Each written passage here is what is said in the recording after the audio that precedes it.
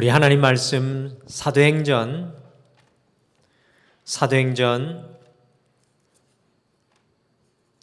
말씀으로 같이 가시겠습니다. 사도행전 7장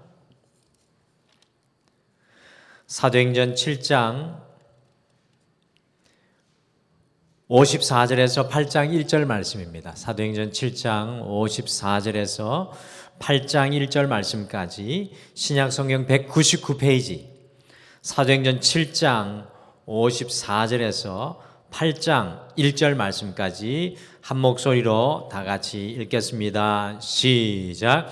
그들이 이 말을 듣고 마음에 찔려 그를 향하여 이를 갈거늘 스데반이 성령 충만하여 하늘을 우러러 주목하여 하나님의 영광과 및 예수께서 하나님 우편에 서신 것을 보고 말하되, 보라, 하늘이 열리고 인자가 하나님 우편에 서신 것을 보노라 한데, 그들이 큰 소리를 지르며 귀를 막고 일제히 그에게 달려들어 성 밖으로 내치고 돌로 칠세 증인들이 옷을 벗어 사울이라 하는 청년의 발 앞에 두니라. 그들이 돌로 스데반을 치니 스데반이 부르짖어 이르되, 주 예수여 내 영혼을 받으시옵소서 하고 무릎을 꿇고 크게 불러 이르되, 주여 이 죄를 그들에게 돌리지 마옵소서. 이 말을 하고 자니라. 사울은 그가 죽임당함을 마땅히 여기더라. 아멘. 우리 옆에 분들에게 주님 안에 정말 멋있습니다 라고 칭찬하며 인사해 줬으면 좋겠습니다. 주님 안에 정말 멋있습니다. 네. 오늘은 대한민국의 20대 대통령 후보를 뽑는 2022 대선 선거 날이었습니다. 도산 안창호 선생님이 참여하는 사람은 주인이요 그렇지 않은 사람은 손님이다 라고 했는데, 올해는 다른 어떤 해보다 높은 투표 참여율로 투표가 진행된 것 같습니다. 이 코로나19의 이 초유의 사태 속에서 정말 국내외적으로 해결해야 할 과제들이 많기에 국민들 모두가 자신의 소중한 한 표를 행사하려고 했던 것으로 보여집니다. 이제 얼마 있지 않으면 투표 결과에 따라서 당선된 새로운 대통령이 대한민국을 향후 5년간 이끌어가게 될 것입니다. 정말 말도 많았고 탈도 많았으며 심지어 이 두 후보의 배우자들까지 도마에 올라와서 온 국민들을 대단히 피곤하게 만들었던 대선이지만, 세워진 이 새 대통령으로 다시 대한민국이 하나 되어야 할 때인 것 같습니다. 우리 그리스도인들은, 오늘 이 예배로 깨우는 여러분과 저는 이 새롭게 세워진 대통령을 위해 또 정부를 위해 더욱 힘써 기도해야 할 때인 것 같습니다. 그것이 우리의 사명인 것 같습니다. 이와 같이 이 선거 이후에 뽑혀진 사람을 중심으로, 그 일꾼을 중심으로 힘을 모아야 하는 것처럼요, 하나님의 교회 역시도 그리스도의 몸, 재직인 우리들이 너무나도 중요합니다. 제가 말씀드리지만 재직은 특별한 한 사람이 아니라 주님의 몸을 이루고 있는 모든 성도를 다 말하는 것입니다. 재직인 우리들은 너무나도 중요합니다. 그래서 우리 등마루는 오늘까지 4시간에 걸쳐서 2022년 재직 세미나를 진행하고 있습니다. 오늘은 우리 재직 세미나 마지막 시간으로 우리가 따라가야 할 재직의 모델,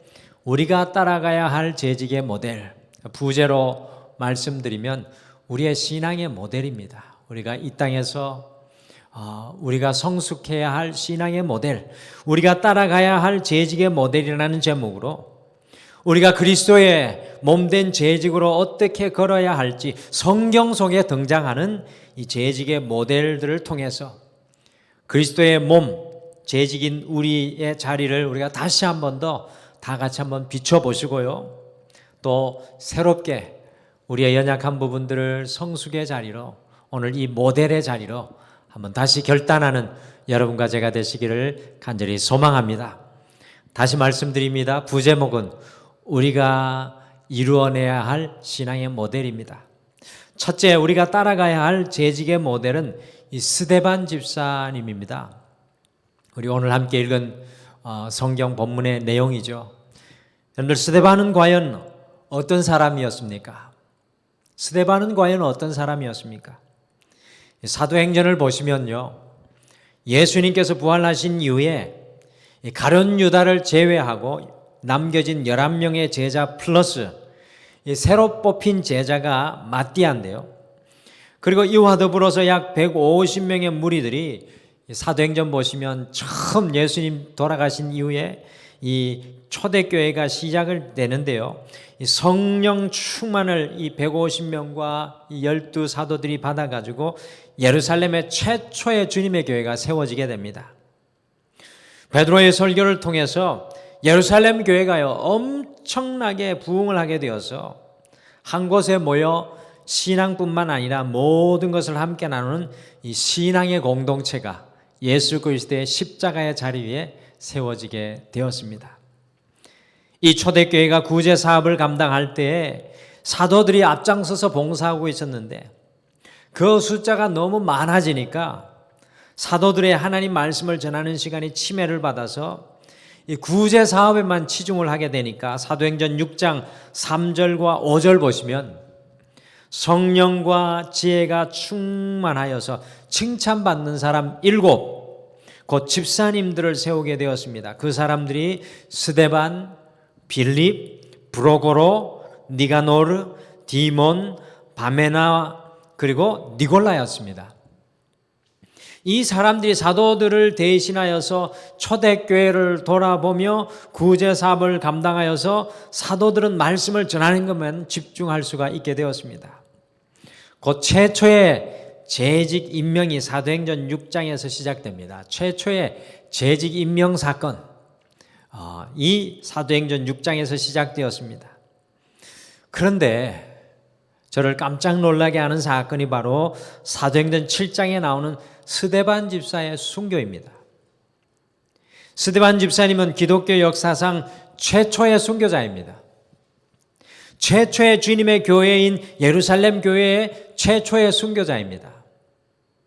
저는 이전에 이 스데반 이 순교 장면을 읽을 때 그냥 스데반은 최초의 그리스도인의 순교자라고만은 이렇게 생각을 했는데 사도행전 6장에 스데반이 최초의 임직식 이후에 이 초대교회, 처음 세워진 초대교회 임직식 이후에 순교하는 모습을 보면서 무엇인가 스데반 집사의 순교를 통해서 하나님께서는 귀한 것을 오늘날의 재직인 우리에게 말씀하고 계신다는 것을 새롭게 깨닫게 되었습니다. 예루살렘 교회의 역사와 최초의 초대교회의 역사는 사실 스데반을 기점으로 확연히 달라집니다. 이 스데반 한 사람을 통하여 최초의 이 초대교회의 역사는 확연히 달라집니다. 여러분들 어떻게 달라질까요? 잘 보시길 바랍니다. 스데반의 죽음 이후에 예루살렘 지역교회가 세계교회로 껑충 발돋움하고 있는 것을 우리는 성경에서 발견합니다. 또한 유대인끼리만 모이던 소시민교회가 온 세상 이방인을 다 품는 열방교회로 거듭나게 됩니다. 그리고 스데반 집사의 순교를 통해서 그리스도의 복음이 이스라엘을 넘어갑니다. 그리고 소아시아 이 터키 지역을 넘어서 전 유럽으로 복음이 전해지게 되는 놀라운 일이 일어나는데요. 그것을 위해서 스데반이 죽을 때 열정의 사람 사도 바울이라는 사람이 스데반의 죽음을 통해 세워지게 되는 것을 우리가 발견합니다.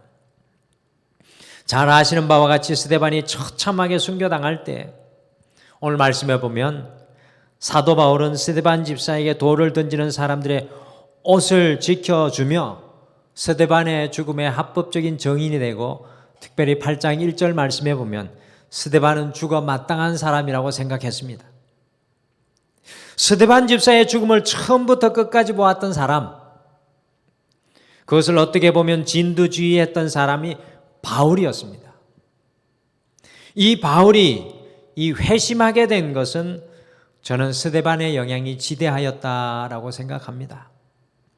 사도 바울의 마음에는 일평생 이 스데반 집사가 그 마음에 남아 있었을 것입니다. 우리 오늘 찬양했던 그 찬양, 십자가의 전달자라는 찬양이 사도 바울의 고백을 통해 고백된 거지만 사실은 사도 바울의 그 고백이 스데반의 그 죽음에서 온 고백이 아닐까라고도 또 생각하게 되었습니다.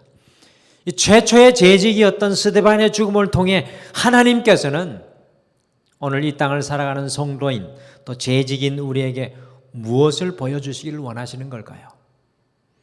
우리의 신앙에 어떤 모델을 보여주고 있는 것입니까? 저는 이 질문을 통해 놀라운 깨달음을 얻게 되었습니다. 그리고 왜 스데반을 이 임직을 시키자마자 죽여야 했을까? 많은 고민을 하게 됩니다. 정답은 없습니다. 그런데 한 가지 깨달음은 그것은 바로 예수님께서 십자가에 죽으셨듯이 예루살렘 교회를 위해 순교의 십자가에서 깨어진 스데반의 죽음이 중요하다는 것입니다. 예수님께서 십자가에 죽으셨듯이 예루살렘 교회를 위해 순교의 십자가에서 깨어진 스데반의 죽음이 중요합니다. 도대체 어떻게 예루살렘 지역 교회가 세계 교회로 껑충 발돋움할 수 있었겠습니까? 도대체 어떻게 유대인들끼리만 모이는 부족 교회, 소시민 교회가 전 세계 글로벌 교회가 될 수 있었겠습니까? 어떻게 예수 믿는 성도들을 감옥에 가두고 고문하며 죽이는 유대인의 율법으로 충만하였던 사울이 전 세계에 복음을 전하는 최초의 선교사로 회심하게 되었겠습니까? 변할 것 같지 않잖아요. 오늘 이 바울, 그가 어떻게 변할 수 있었겠습니까? 저는 이것을 가능하게 한 것이 바로 스데반 집사의 깨어짐이었다라고 생각합니다. 재직 스데반 집사의 깨어짐이, 재직 스데반 집사의 예수님의 십자가 정신이 예루살렘 교회를 전혀 새롭게 하였습니다. 초대교회 역사 속에서 스데반 집사의 죽음은 마치 다이너마이트와 같은 역사였습니다. 스데반 집사의 깨어짐은 모든 성도들을 새롭게 세우는 권능이 되었습니다. 스데반 집사의 십자가 정신은, 이 정신의 죽음은요, 예루살렘 교회가 무한대로 성장케 하고 하나님이 기쁨이 되는 교회를 세우고 건축하는 놀라운 희생이 되었습니다.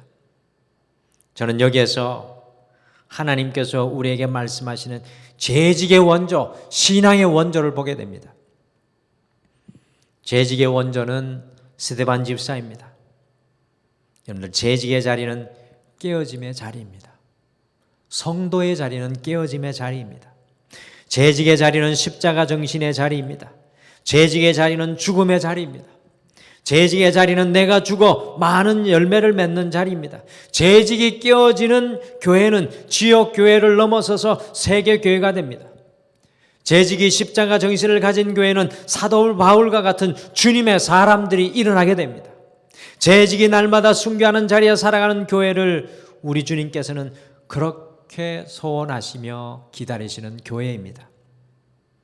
사랑하는 성도 여러분, 우리가 지금은 이 깨어짐의 자리로 나아가는 것이 낯설고 내가 죽는 것이 어색하고 꺼려지지만 한 사람이 먼저 죽고 다른 사람이 따라 깨어지고 다른 사람이 또 그 자리에서 십자가의 짐을 진다면 이 등마루는 다시 뛰고 일어나는 교회, 이 지역을 살리는 교회가 될 것입니다.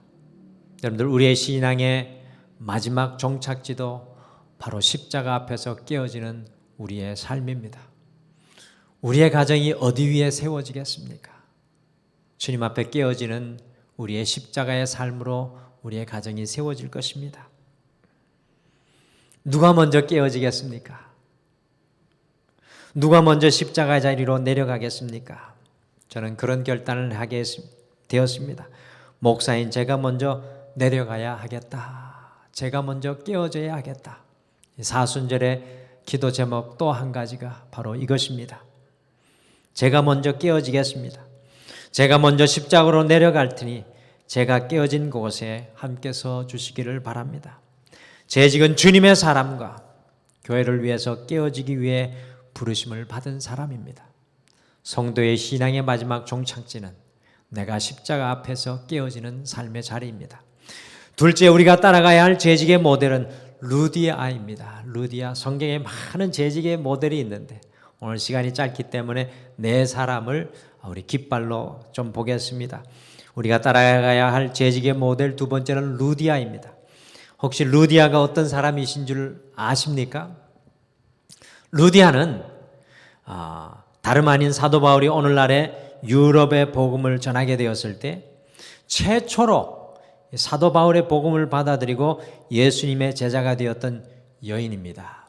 우리 사도행전 16장 14절 15절 같이 읽어보실까요? 화면으로 보셔도 되고 성경으로 보셔도 됩니다.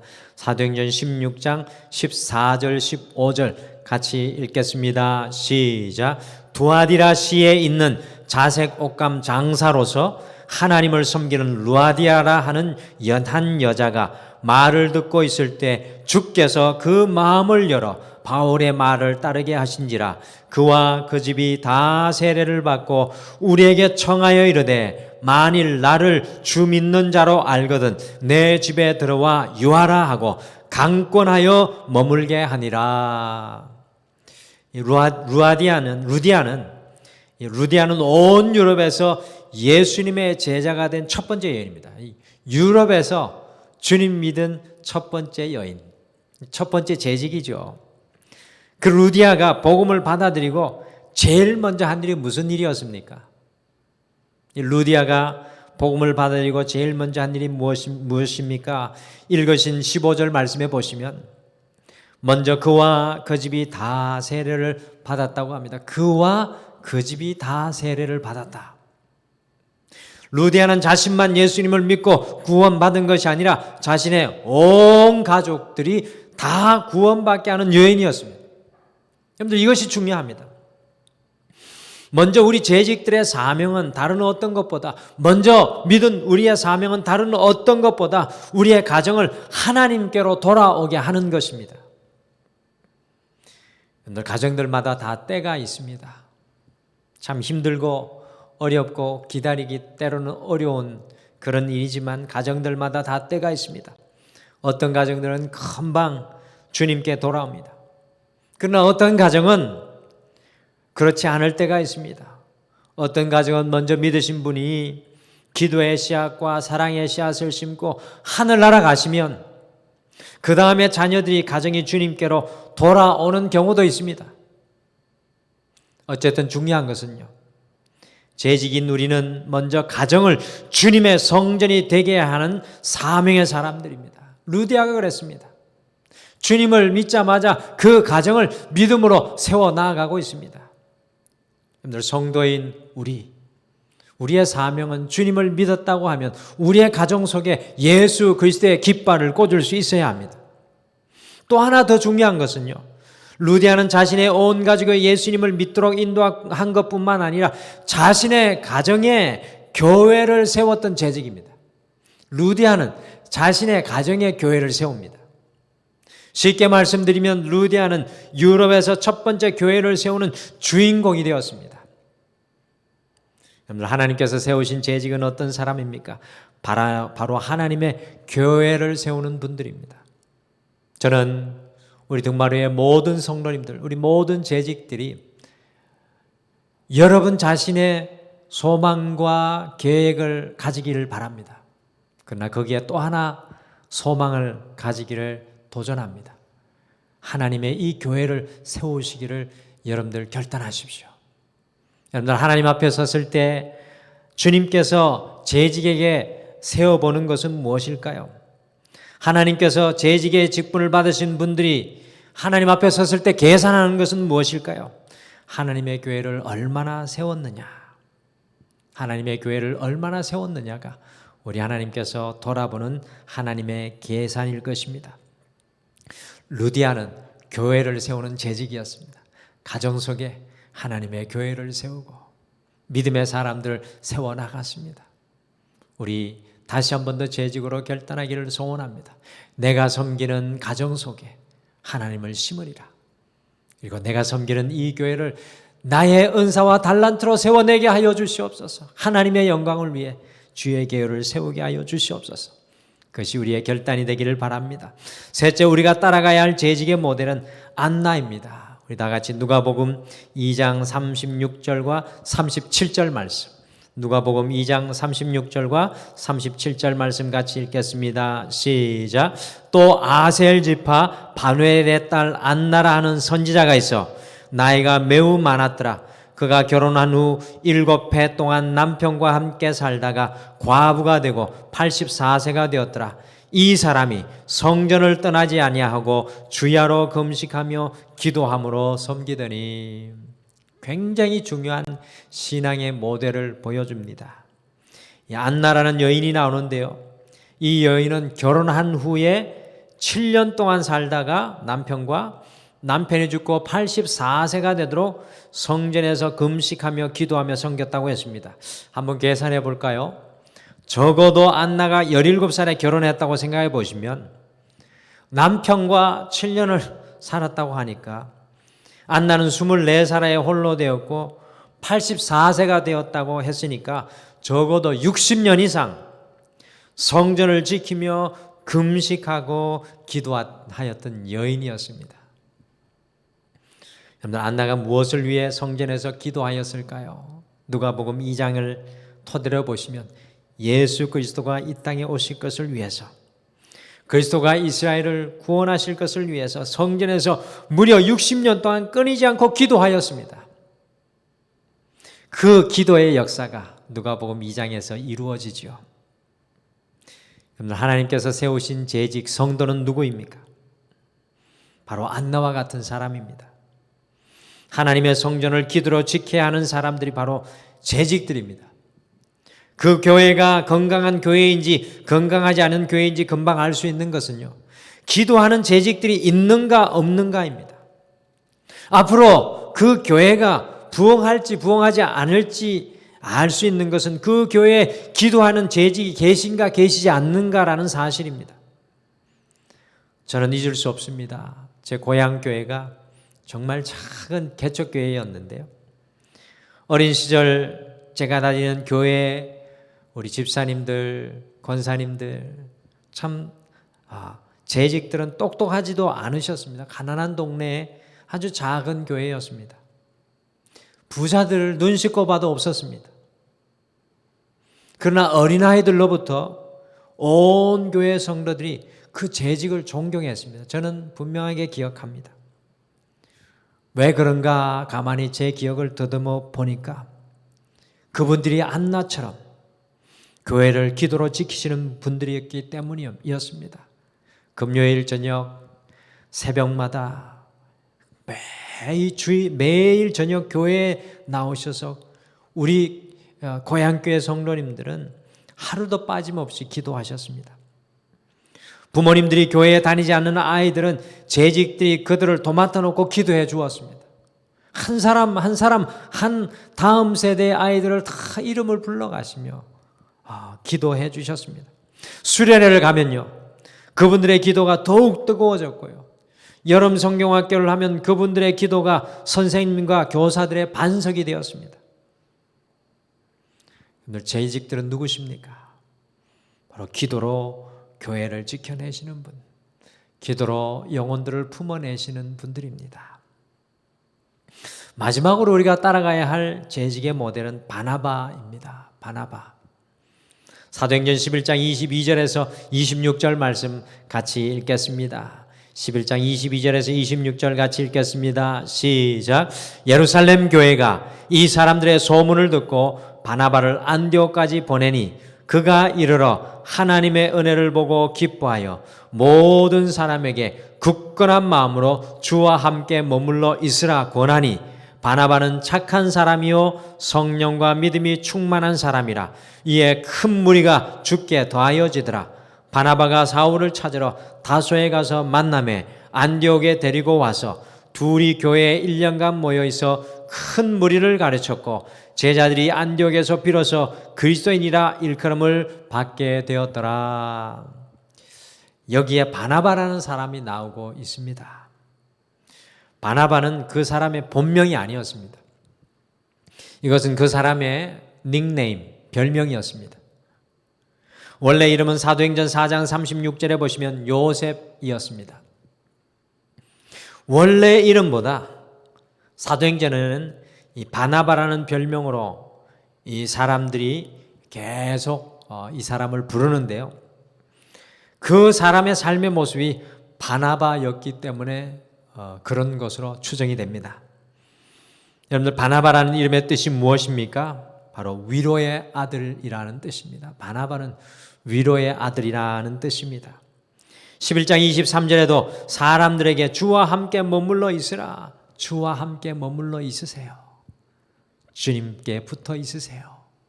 주님을 붙잡으세요. 라고 위로하며 권면하는 사람이 바나바였습니다. 특별히 오늘 읽은 말씀에 사울 곧 바울을 만나 바울이 사역하도록 도와주었습니다. 여러분들, 바울이 굉장히 유명한 걸로 알고 계시죠? 근데 바울이 처음부터 유명하지 않았습니다. 사실은 사람들이 바울을 두려워했습니다.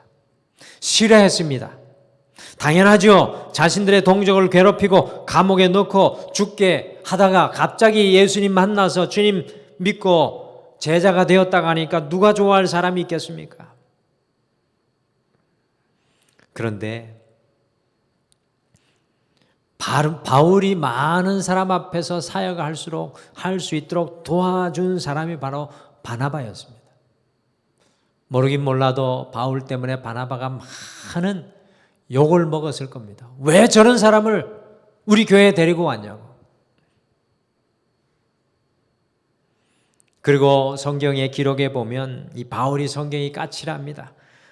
바울이 안 된다고 포기한 사람 마가가 있었는데요. 바나바가 또 그 마가를 맡아 권면하고 위로하고 세워주어서 결국에는 그 마가가 마가복음을 기록하게 되었고요. 더 나아가 후에는 바울도 그 마가를 정말 사랑하는 제자가 되었습니다. 바나바는 위로하고 세워주고 권면하는 사람이었습니다.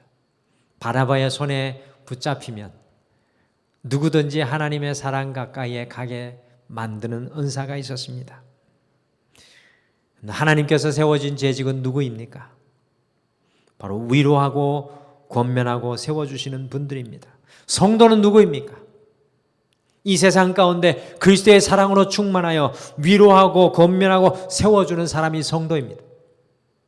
마음의 괴로움을 당하신 분들이 있다면, 삶의 문제로 괴로움 가운데 있는 성도가 있다면 제일 먼저 달려가셔야 할 분들이 바로 재직들입니다. 성도들을 권면하고 세우고 돕는 영적인 바나바가 바로 재직들입니다. 재직의 입에서는 불평, 부정적인 말이 나와서는 안 됩니다. 다시 말씀드립니다. 재직의 입에서는 불평, 부정적인 말, 판단하는 말이 나와서는 안 됩니다. 바나바처럼 다른 사람을 세워주고 위로해 주는 말이 항상 흘러나와야 합니다. 재직은 바나바와 같은 영적인 스펀지가 되어 주셔야 합니다. 우리는 바울만을 기억할 때가 많습니다. 그러나 저는 사도 바울을 연구하면 연구할수록 정말로 위대한 사람은 바울 뒤에 그림자처럼 바울을 세워주었던 바나바였다라는 것을 깨닫게 됩니다. 아마도 하나님께서는 바나바를 더 크게 천국에서 만났을 때 칭찬하지 않았을까라는 제 개인적인 생각이 듭니다. 하나님께서 세우신 재직들은 위로하며 권면하며 세워주며 다른 사람을 살리시는 분들입니다. 이것이 재직의 일입니까? 재직의 일만입니까? 우리 모든 성도들의 일입니다. 우리가 예수 그리스도를 믿었다면 나를 통해 누군가가 살아나야 됩니다. 나를 통해 누군가가 세워져야 합니다. 우리도 바로 바나바의 자리에 서야 합니다. 이것이 우리의 신앙의 마지막 자리입니다. 우리가 왜 성공해야 합니까? 우리가 왜 넉넉해져야 합니까? 우리가 왜 더 많은 경험의 자리에 서야 합니까? 그것은 바나바가 되기 위해서입니다. 오늘 우리가 2022년 재직 세미나 마지막 시간을 통해 우리가 따라가야 할 4명의 재직을 품고 함께 닮으시기를 결단합니다. 첫째, 스데반과 같이 십자가의 정신으로 깨어지는 재직 되십시오. 이 우리 신앙의 모델입니다. 주님께서 우리에게 이 사순절 원하시는 것은 십자가 앞에 우리가 먼저 깨어지는 것입니다. 둘째, 루디아와 같이 가정 속에 성전을 세우기를 결단하시고 더 나아가 교회를 세우는, 여러분들에게 선물로 주신 이 교회를 세우는 재직이 되십시오. 셋째, 안나와 같이 기도하는 재직이 되십시오. 여러분의 기도로 많은 사람을 섬기십시오.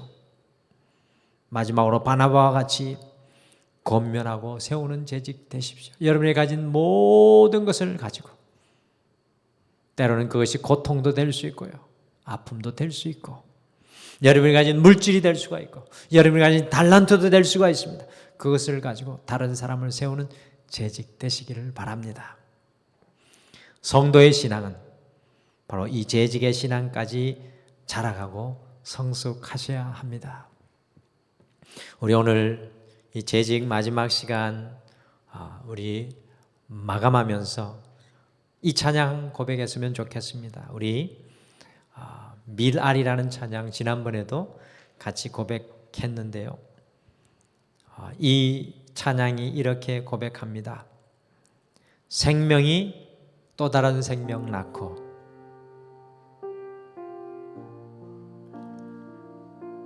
죽어야 다시 사는 주님 말씀 믿으며 한 알의 밀알이 되어서 주님 제가 썩어지겠습니다.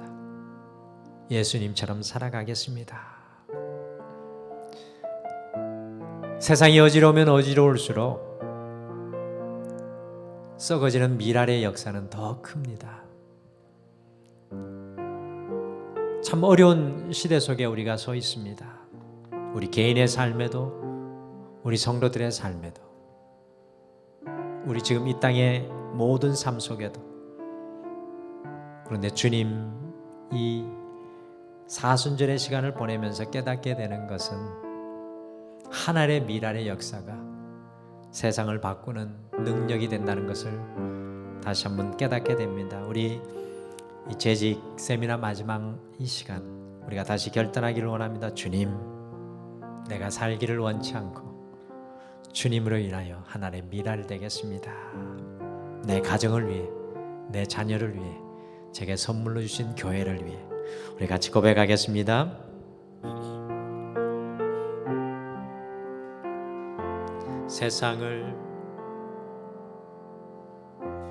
세상을 구원하기 위해 흘려야 할 피가 필요하다면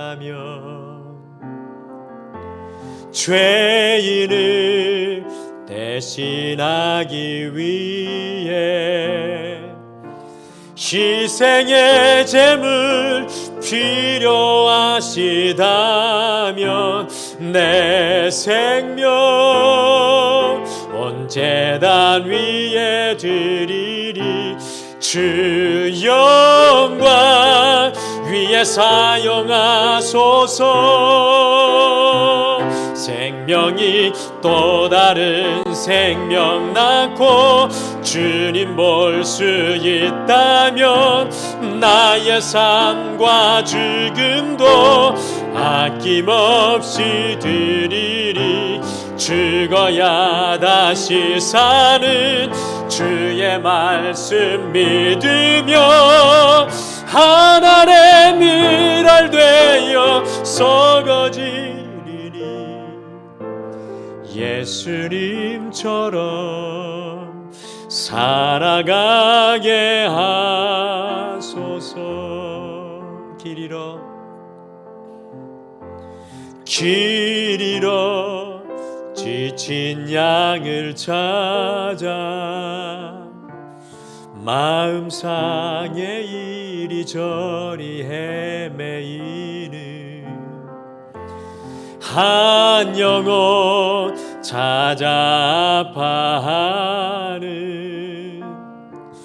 예수님 마음 내게 주옵소서.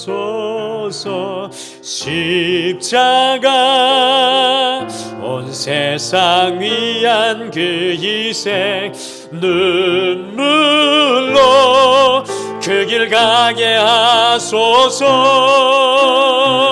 생명이 또 다른 생명 낳고 주님 볼 수 있다면 나의 삶과 죽음도 아낌없이 드리리. 죽어야 다시 사는 주의 말씀 믿으며 하늘의 밀알 되어 서거지리니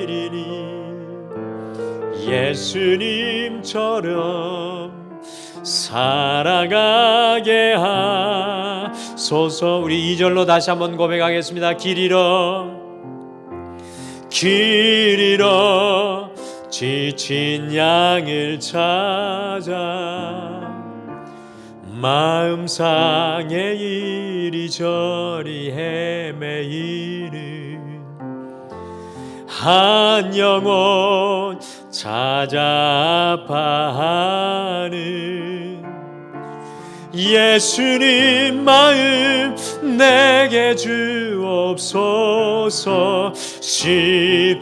십자가 온 세상 위한 그 희생 눈물로 그 길 가게 하소서. 생명이 또 다른 생명 낳고 주님 볼 수 있다면 나의 삶과 죽음도 아낌없이 드리리. 죽어야 다시 사는 주의 말씀 믿으며 하늘의 밀알 되어 서거지리니 예수님처럼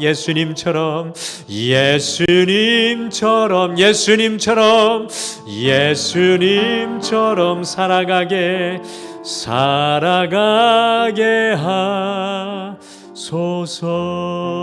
하소서.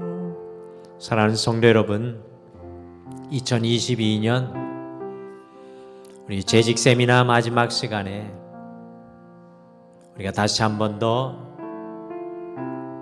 우리 자신을 돌아보기를 소원합니다. 주님 앞에 재직이 된 것은 우리가 교회를 위해서 뭔가 많이 하여야 된다는 그런 이야기가 아닙니다. 주님 앞에 재직이 된다는 것은 주님의 일에 나를 드러내야 하고 마지못해 감당하는 그러한 일이 아닙니다. 재직은 주님의 십자가 아래 내 삶을 올려놓는 고백이며 결단이며 성도의 신앙의 종착지입니다. 오늘 이 시간 우리의 연약함을 돌아보며 고백하기를 원합니다. 주님, 내 마음만 바라보고 살았습니다. 내 환경만 바라보고 살았습니다.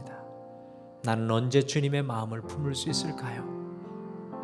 오늘 이 찬양 고백한 것처럼 언젠가 주님 앞에 내가 썩어지는 미랄이 될 수 있겠습니까? 가정 속에서, 삶의 현장 속에서 오늘 주님 앞에 그러한 진정한 성도, 재직이 되기를 결단하며 주님 함께 고백하겠습니다. 우리 다 같이 기도하겠습니다.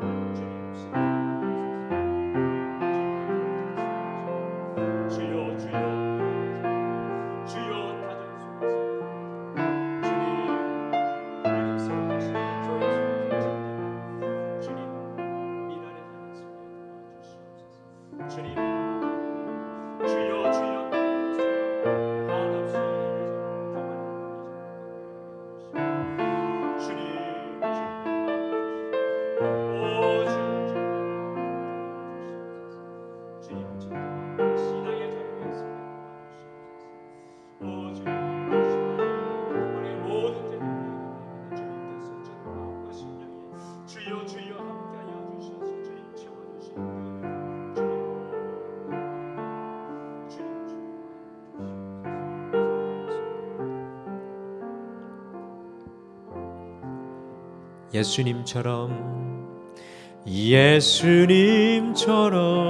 살아가게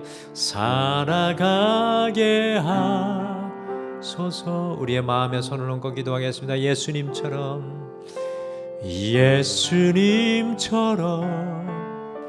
살아가게 하소서. 다시 한번 마지막으로 고백하겠습니다. 예수님처럼 살아가게 하소서. 하나님 아버지, 2022년 재직 세미나 마지막 시간을 통해 우리가 나아가야 할 신앙의 모델들을 살펴보았습니다. 우리는 어떻게 아직도 그 모습 그대로 우리의 삶의 자리에 서서 그 자리만 고수하고 하나님이 원하시는 자리에 서려고 하지 못하는 연약한 모습을 오늘 말씀을 통해 발견합니다. 스데반이 예루살렘 교회의 재직으로 세워져 주님께서 사역을 시작하기도 전에 순교로 부르시는 것을 통해 우리에게 말씀합니다. 사랑하는 딸아, 아들아, 내가 나를 위해 깨어질 수 있느냐? 루디아를 보여주며 우리의 삶의 현장에 예수 그리스도를 심는 모습을 보여줍니다.